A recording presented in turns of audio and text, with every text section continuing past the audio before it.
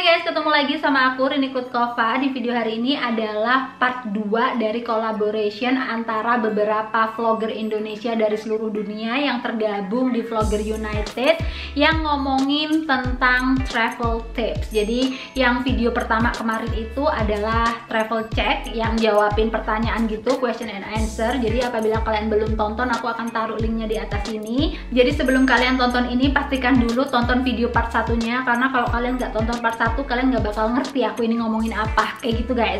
Nah oke, di video hari ini itu isinya adalah travel tips bagi teman-teman yang mungkin pengen traveling ke Ukraina, kayak gitu. Dan oke, aku akan langsung aja.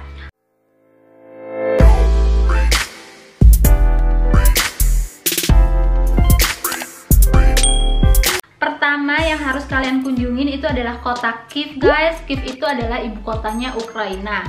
Dan di sana banyak sekali tempat-tempat wisata yang bagus banget dikunjungin dan buat foto-foto kayak gitu. Even aku tuh udah pernah ke Kyiv tapi belum sempat ngunjungin semua tempat wisata karena emang di Kyiv itu banyak banget. Jadi mungkin next time aku akan kunjungin semuanya kayak gitu. Nah oke guys, tempat pertama yang harus kalian kunjungin di kota Kyiv adalah gereja Petchersk-Lavra Kyiv.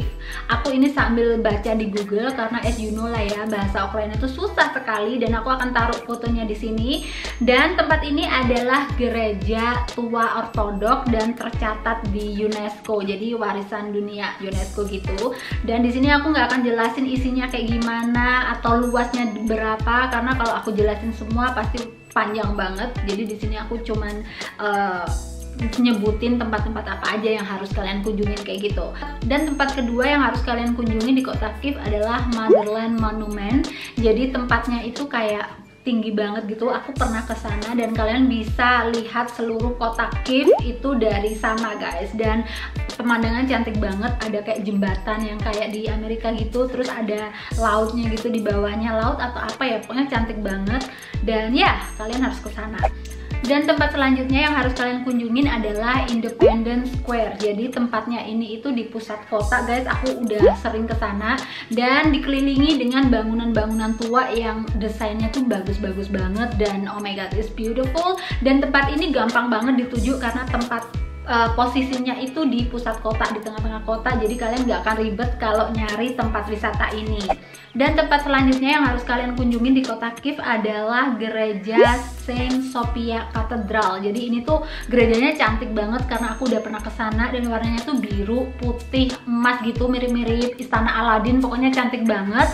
Dan gereja ini posisinya tuh deketan sama Motherland Monument, jadi kita jalan sebentar gitu lewat taman, dan pas kita jalan lewat taman itu mata kita dimanjain dengan lukisan-lukisan yang indah dan cantik di kanan kiri jalan. Jadi apabila kita jalan kaki itu nggak kerasa tiba-tiba nyampe aja kayak gitu guys.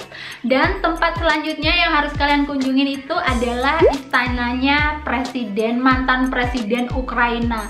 Oh my god guys, aku udah pernah ke sana dan kalian harus tahu ini karena presiden ini kan runaway ya, jadi dia ketahuan korupsi gitu loh. Habis itu sama orang-orang di demo dan akhirnya dia kabur ke Rusia dan rumahnya ditinggal gitu aja. Jadi sama orang-orang itu sekarang dibikin tempat wisata guys, jadi orang-orang bisa lihat karena mungkin orang-orang tuh juga penasaran gitu loh rumahnya tuh kayak gimana, karena presiden ini tuh korupsi buat bangun rumah, padahal si presiden ini itu cuman kerja 4 tahun dan korupsi. Aduh my god, rumahnya tuh gede banget dan view-nya itu kayak aduh pantai lepas gitu, pokoknya cantik banget. Dan kita juga bisa lihat dalemannya itu ada toilet emas, terus koleksi mobil mewah kayak gitu. Aduh oh my god, pokoknya kalian harus ke sana kayak gitu guys. Dan tempat pertama di kota Kyiv juga yang harus kalian kunjungin adalah istana kepresidenan. Jadi di sana itu istana presiden itu di apa ya, kayak letaknya itu kayak di pinggir taman gitu loh. Jadi kita pas jalan ke sana itu jalannya itu lewat gunung-gunung, tapi gunungnya tuh bukan gunung yang di Indonesia, bukan, tapi gunung yang pohonnya tinggi-tinggi. Pokoknya cantik banget, kalian harus ke sana. Dan selanjutnya kita akan beralih ke kota Lviv. Nah, di Lviv ini adalah dimana tempat aku tinggal kayak gitu guys. Dan kotaku ini disebut tourist city karena banyak sekali turis-turis dari luar negeri yang kesini duluan sebelum ke Kyiv kayak gitu, karena di sini ada museum, sama lah ya, museum, teater, terus gereja-gereja tua kayak gitu. Jadi ya kalian bisa ke Lviv. Dan kota selanjutnya yang harus kalian kunjungin adalah Odessa, karena menurut aku Odessa ini cukup terkenal dari Ukraina karena di sini ada pantai, ada kayak yacht kayak gitu, jadi wisata pantai. Dan kata temen aku yang ada di Odessa, cuacanya itu lebih anget dari kalau dibandingkan dengan cuaca kota-kota lain di Ukraina, jadi agak tropis sedikit gitu, karena kalau di Ukraina itu basicnya dingin kayak gitu. Dan setelah itu kalian juga bisa ke Love Tunnel yang hijau-hijau itu. Sebenarnya aku pengen banget ke sana, tapi suamiku katanya aduh complicated to go there kayak gitu, aduh, tapi someday hopefully aku bisa ke sana karena cantik banget. Dan setelah itu kalian juga bisa ke Bukovel. Nah, Bukovel ini letaknya deket sama aku, di kayaknya 2 jam dari kota aku. Di sana kalian bisa ke gunung salju dan ada kayak kastil gitu. Pokoknya cantik banget. Nah, oke guys, itu tadi adalah tempat-tempat yang harus kalian kunjungin apabila kalian jalan-jalan ke Ukraina. Dan selanjutnya aku akan jelasin juga di Ukraina itu ada berapa musim. Nah, di Ukraina itu ada 4 musim, ada dingin, panas, spring, autumn kayak gitu. Tapi menurut aku selain musim panas, ketiga musim ini sama aja karena menurut aku dingin kayak gitu guys. Dan sekarang aku akan jelasin tentang makanan. Di sini itu makanannya apa ya yang paling yang paling spesifik menurut aku nggak ada, karena di sini itu makanan nasionalnya Ukraina itu dumpling, potato dumpling guys. Tapi aku nggak bisa rekomendasiin kalau makanan karena makanan di sini itu didominasi dengan kayak kebab kayak gitu-gituan. Jadi biasanya kan kalau kita traveling itu kita sasarannya kan street food gitu kan guys ya. Kalau di sini tuh nggak, street foodnya itu adalah kebab. Jadi aku nggak bisa rekomendasiin makanan apa yang harus kalian coba di Ukraina, but I think apabila kalian ke Ukraina kalian harus coba everything, harus coba. Jadi kalian bisa decided mana yang enak mana yang enggak kayak gitu, karena susah guys makanan ya.